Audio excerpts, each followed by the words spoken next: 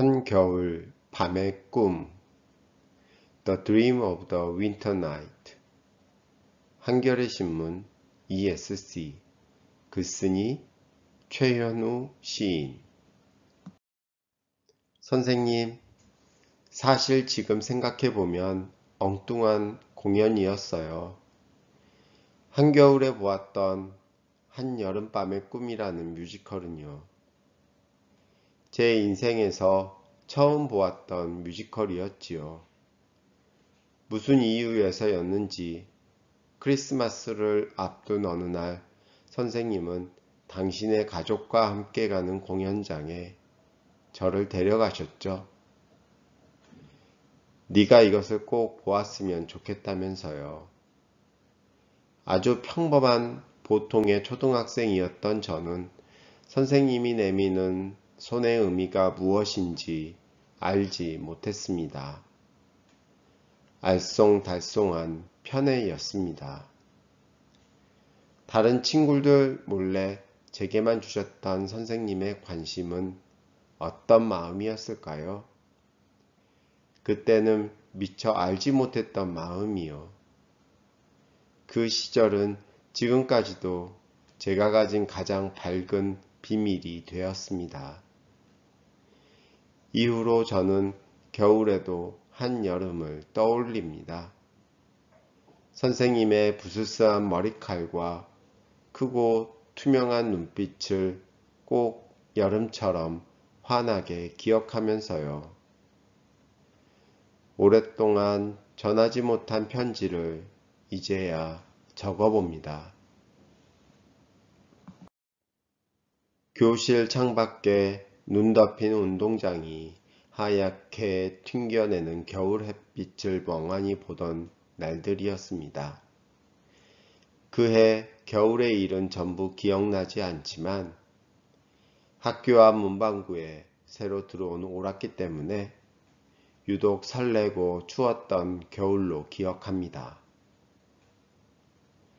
오락기 앞에 놓인 낮은 플라스틱 의자에 앉아 있으면 쌓였다가 녹은 눈 때문에 엉덩이가 축축하게 젖었기 때문이죠. 저는 그 게임을 일주일에 한 판이나 두 판밖에 할 수 없었습니다.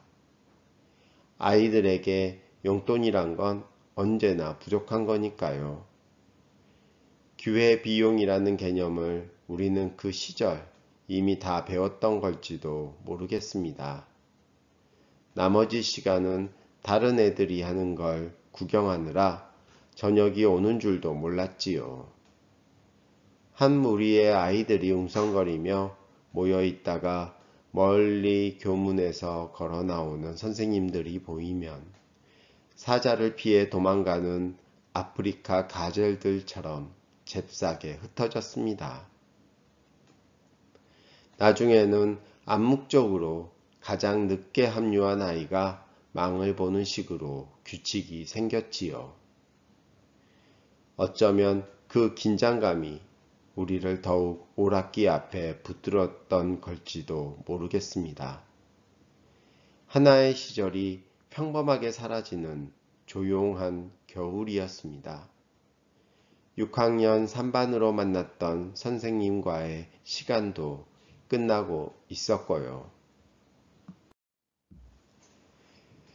겨울 방학을 앞둔 어느 날 수업이 끝나고 잠시 남아있으라는 말에 온갖 생각이 들었습니다.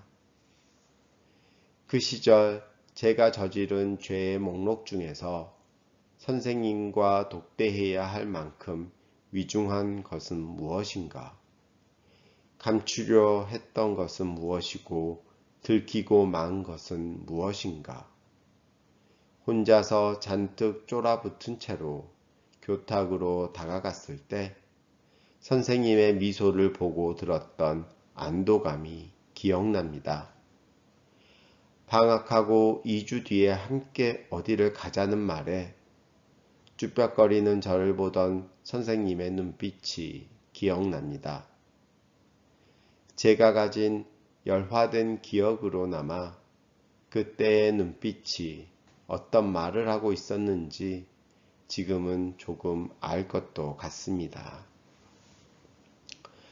처음으로 레스토랑에 가서 피자를 먹었고요.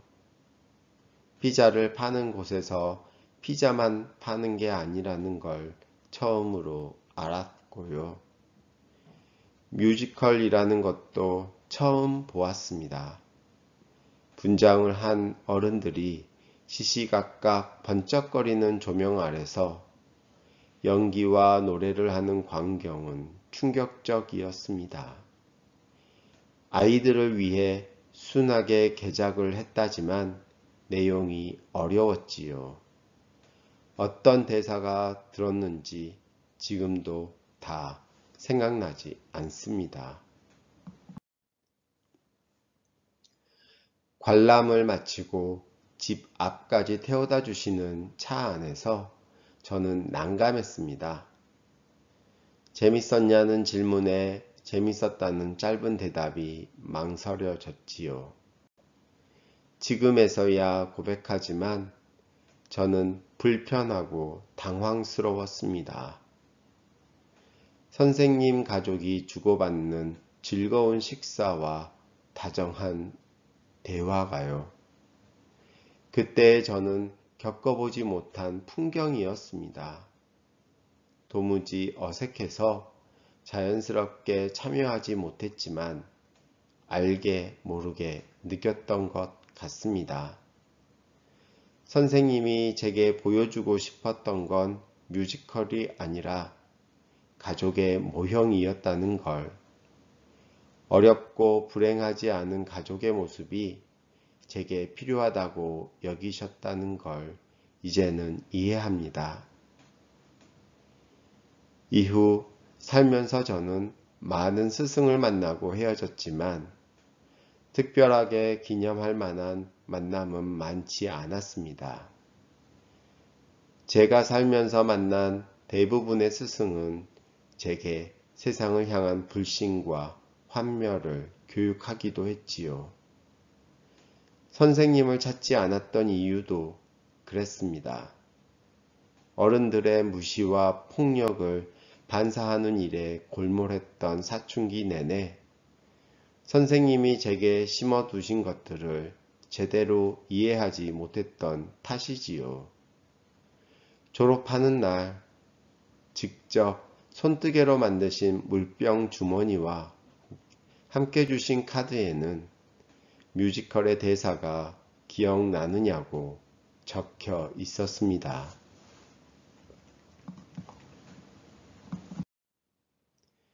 아무리 천하고 멸시할 만한 것이라도 사랑은 훌륭하고 품이 있는 것으로 바꾸어 준답니다.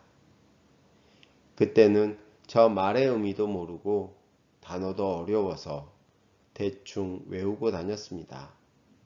지금도 저 말의 의미를 정확하게 인지하고 있진 않지만 카드와 더불어 학부모에게 전달하라고 주신 생활 기록부에 적혀 있던 말들은 비교적 정확하게 기억합니다.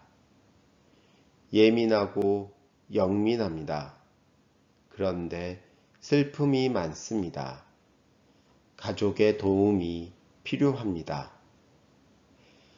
아무리 봐도 좋은 말이 아닌 것 같아서 부모님께 안 드리고 며칠을 펼쳐보며 고민하다가 몰래 버렸거든요. 선생님, 저는 시인이 되었습니다. 아마 상상도 못 하시겠지요. 제가 저를 감당하고 해결하려다가 찾은 방식이었습니다. 사람을 돕거나 아프게도 하고 착한 일과 나쁜 일도 했습니다. 사랑이라는 말은 너무나 막연하고 무책임해서 여전히 싫습니다. 차마 생각하지 않았던 일들을 하나하나 해보기도 했고요. 몹시 두렵고 자신 없는 시간도 있었습니다. 그러나 평범하고 보통의 일들을 상상할 수 있는 삶을 살고 있습니다. 그뿐만 아니라 다른 사람들과도 제법 지내면서 연애도 해 보았고요. 결혼도 해 보려고 합니다. 아마 머지않은 날에 누군가의 부모가 되는 결심을 하는 날도 오겠지요. 가족을 만든다는 상상이요. 그래서 생각이 났습니다. 훌륭하고 품위 있게, 그러기 위해 필요한 행동과 의미를 제가 알지도 못하는 사이에 배운 적이 있었다는 사실이요. 마치 꿈에서 누군가 가르쳐 준 것처럼 그렇게요. 2020년은 송구영신이라는 말이 어울리지 않는 시간이었습니다. 1년이라는 시간이 통째로 누군가 인류에게 던지는 어떤 질문 같았지요. 인간이 이대로 존속해도 괜찮은 것인지 질책 같기도 했습니다. 병이 사람의 몸과 마음에 도는 와중에 세상은 악한 쪽으로 기우는 듯 보였습니다. 악마의 거울에는 인간만이 들어 있다는 말도 있지요. 생명을 포기하거나 빼앗기는 사람들이 줄지를 않습니다. 괴롭히고 싶어서 안달이 난 것처럼 고통 속에 사람을 조롱하는 일이 이렇게 쉬워질 수 있을까요? 최근에는 입양한 아이를 아무렇지 않게 죽음으로 밀어넣은 부모가 있었습니다. 저는 가능하면 모두 외면하고 싶습니다. 함부로 말할 수 없는 일들에 침묵하는 게 궁극적인 선이라는 핑계가 제게는 있습니다. 그러나 솔직한 마음은 그게 아닐 겁니다. 알고 싶지 않은 겁니다. 저들의 추악함이 곧 나의 추악함일까봐 세련되고 은밀하게 눈을 돌리고 적당히 도망치고 싶은 마음이었겠지요. 겨울은 가끔 눈으로 모든 걸 덮지만 끝까지 덮을 수는 없습니다. 그래서 생각이 났습니다. 그날 보았던 뮤지컬은 꿈과 환상의 것이었지만 그렇기 때문에 살면서 겪는 행운과 불행이 두껍게 덮여도 간직할 수 있었습니다. 이것은 선생님이 제게 만들어주신 겨울의 일일 겁니다. 아이에게 어떤 말을 하고 어떤 모습을 보여줄 것인가를 고민하는 어른만이 그들의 세계도 훌륭하고 품위 있게 바꾸어 나가겠지요. 그런 어른, 저도 될 수 있을까요? 조금은 노력하며 살았던 것 같은데 확신할 수는 없습니다. 아마 계속해서 자신 없는 일일 겁니다. 문득 지금의 저를 보며 당신께서 어떤 말을 하실지 두렵고 궁금합니다. 어디선가 이 편지를 읽으실지도 모르겠습니다. 겨울입니다. 또 어딘가에서 그렇게 아이에게 보여줄 수 있는 모습들을 가진 선생님이 계시겠지요. 손뜨개를 하며 다정한 일들을 일으키는 사람이요. 그것을 믿어보려고 합니다. 새해니까요. 우리 모두의 겨울이 지나면 다시 만날 수 있겠습니다. 건강하세요. 끝. 듣고 읽는 명확한 한국어 클리어 코리안 제공